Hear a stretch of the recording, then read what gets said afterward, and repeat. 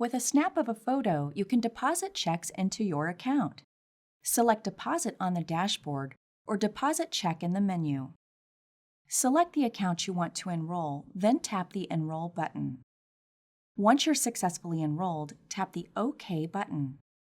You can now use the Account tab to view account enrollment status and any other accounts enrolled in Mobile Deposit. To enroll additional accounts, tap the Enroll Another Account link. Tap the Deposit a Check button. Enter the check amount and tap the Continue button. Place the check on a flat, well-lit surface and tap Tap to Capture to take a picture of the front of the check. Review the check image. Tap Continue to submit the image or retake to try again. Sign the back of the check. Write for Mobile Deposit only and your deposit account number. Verify that all four corners of the check are visible and all elements are legible.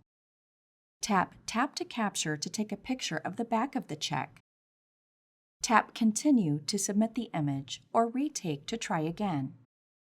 Review the deposit information and tap the Submit button when you are finished.